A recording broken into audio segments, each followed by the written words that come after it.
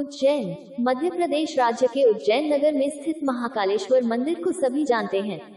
यह मंदिर भारत के 12 ज्योतिर्लिंगों में से एक है। ज्योतिर्लिंग मतलब वह स्थान जहां भगवान शिव ने स्वयं स्थापित किए थे। पुराणों, महाभारत और कालिदास जैसे महाकवियों की रचनाओं में इस मंदिर का मनोहर वर्णन मिलता है। पुराणों में शिव का नाम रुद्र रूप में आया है। रुद्र संहार के देवता और कल्याणकारी हैं।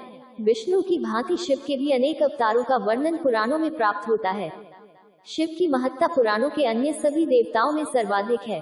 जटाजुधारी, भस्म भभूत शरीर पर लगाए, गले में नाग, रुद्राक्ष की मालाएं, जटाओं में चंद्र, गंगा की धारा, हाथ में त्रिशूल एवं कटी में बाघंबर और नंगे पांव रहने वाले शिव कैलाश धाम में निवास करते हैं।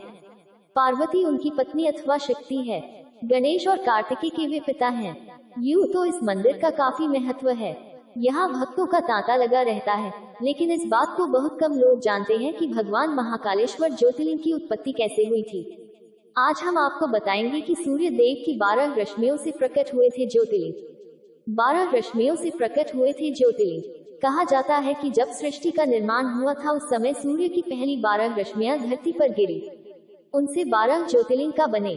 उज्जैन महाकालेश्वर ज्योतिर्लिंग भी सूर्य की पहली 12 रश्मियों से ही निर्मित हुआ। तब से बाबा महाकालेश्वर की पूजन उज्जैन में होती है। उज्जैन की पूरी भूमि को उस भूमि कहा जाता है, यानी शमशान की भूमि। भगवान महाकाल का मुख दक्षिण दिशा की ओर है, इसलिए भी तंत्र क्रियाओं की दृष्टि से उज्जैन महाकाल मंदिर का बेहद खास महत्व है। महाकाल की नगरी में हरसिद्धि, काल भैरव, विक्रांत भैरव आदि भगवान विराजमान है।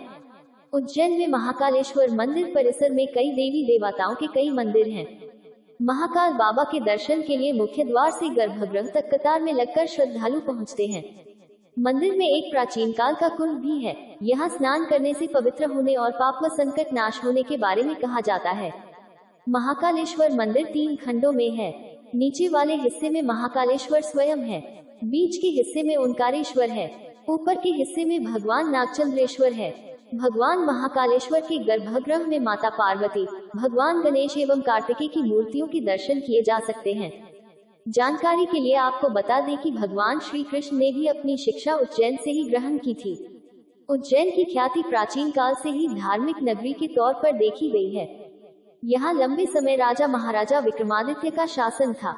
राजा को नहीं थी उज्जैन में ठहरने की इजाजत। आपको बता दें कि बाबा महाकाल सृष्टि की उत्पत्ति के साथ स्वयं प्रकट हुए थे। आज भी उज्जैन के राजा महाकाल ही है। बाबा महाकाल के बारे में एक कथा प्रचलित है, जो आज भी सच है। पहले किसी भी राजा को महाराज महाकाल की नगरी उज्जैन में ठहरने की इजाजत नहीं थी। ऐसा इसलिए था क्योंकि कहा जाता है कि सदियों पहले कोई और राजा एक रात यहाँ गुजार ले तो उसे अपनी सल्तनत गंवानी पड़ती थी। इसी वजह से महाकाल की शरण में रहने के लिए सिंधिया राजघराने ने महल बनवाया।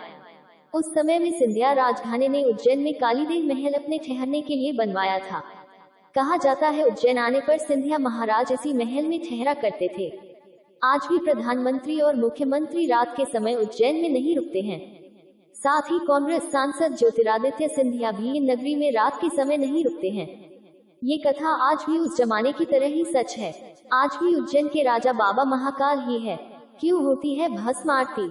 शिव पुराण के अनुसार भस्म सृष्टि का सार है। एक दिन पूरी सृष्टि इसी राख के रूप में परिवर्तित होनी है।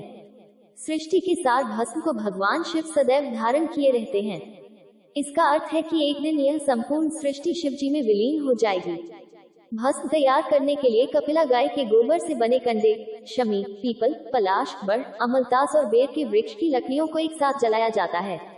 इस दौरान उचित मंत्रोच्चार भी किए जाते हैं। इन चीजों को जलाने पर जो भस्म प्राप्त होती है उसे कपड़े से छान लिया जाता है। इस प्रकार तैयार की गई भस्म भगवान शिव अर्पित की जाती है। पापों से मिलेगी मुक्ति। ऐसी मान्यताएं हैं कि शिव जी को अर्पित की गई भस्म का तिलक लगाना चाहिए। जिस प्रकार भस्म से कई प्रकार की वस्तुएं शुद्ध व साफ की जाती हैं,